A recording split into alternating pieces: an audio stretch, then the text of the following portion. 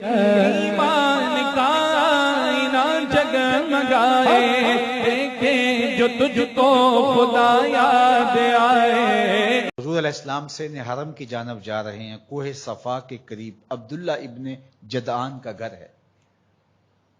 قریب سے گزرے تو آگے سے ابو جہل آ رہا ہے۔ حضور علیہ السلام کو جب اس نے دیکھا تو بدتمیزی شروع کر دی۔ وہ الجھتا چلا جا رہا ہے، حتیٰ کہ اس نے ایک نوکیلا پتھر پکڑ کے حضور کو زخمی کر دیا اور آقا کے نازک بدن سے خون بہنے لگا۔ حکم جہاد نہیں آیا، اللہ کی مشیت ہے۔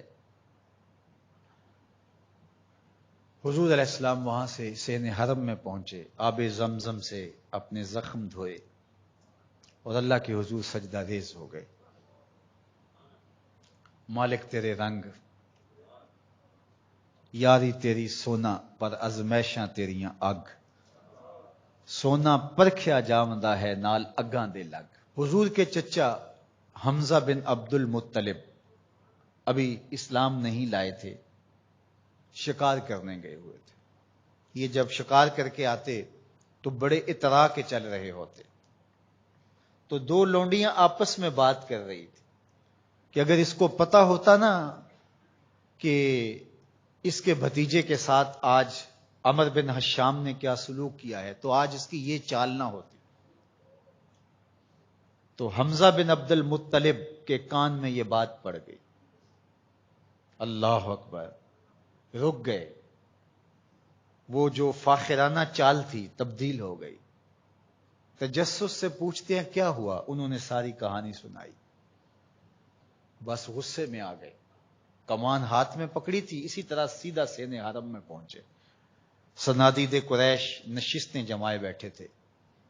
ابو جہل بھی اپنے چیلے چانٹوں کے ساتھ ایک نشست پہ براجمان تھا۔ کمان کو زور سے اس کے سر پہ مارا اور کہا کیا تو نے محمد کو لاوارث سمجھ لیا ہے صلی اللہ علیہ وسلم۔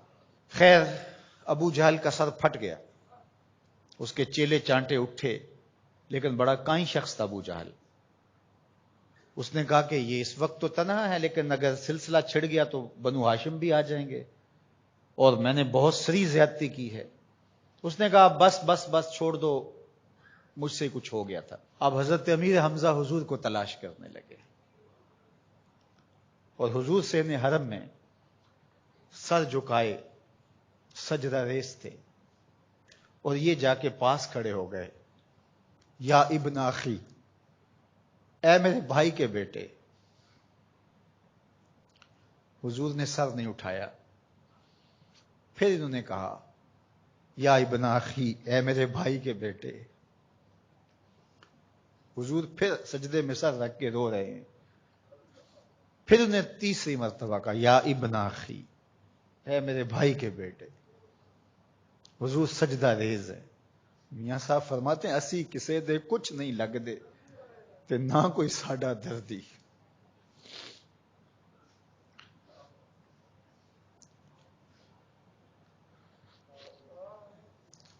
خیر حضور نے سر انور اٹھایا تو کہا بھتیجے تو خوش ہو جا، میں تیرا بدلہ لے آیا ہوں۔ حضور نے بڑی بے نیازی سے کہا کہ چچا مجھے کوئی خوشی نہیں ہوئی۔ کہا میں اتنے بڑے سورما کا سر پھاڑ آیا ہوں۔ کہا مجھے کوئی خوشی نہیں ہوئی۔ بخت یاوری کر رہا تھا۔ دوسرا جملہ کہا تم کیسے خوش ہو گئے؟ کہا جس رب کو میں مانتا ہوں اس کو تم بھی مان لو، یہ میری خوشی کا سامان ہے، اگر مجھے یہ دے سکتے ہو تو کہا پھر دیر نہ کیجئے، ابھی اپنی غلامی میں شامل کر لیجئے۔ یہ ہوتی ہے اپنے مشن کے ساتھ وابستگی۔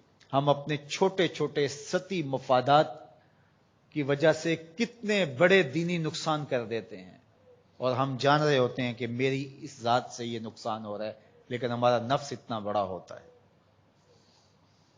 لیکن یہاں مشن کے ساتھ وابستگی دیکھیے۔ وہ کہتے ہیں کہ بھتیجے بتاؤ تم کیسے راضی ہوتے ہو؟ تو جو حضور بولتے ابو جہل کے ٹکڑے ٹکڑے ہو چکے ہوتے چند لمحوں کے بعد، لیکن کہا نہیں، میں اس سے راضی ہوتا ہوں کہ جس رب کو میں مانتا ہوں وہ اس کو تو مان لے۔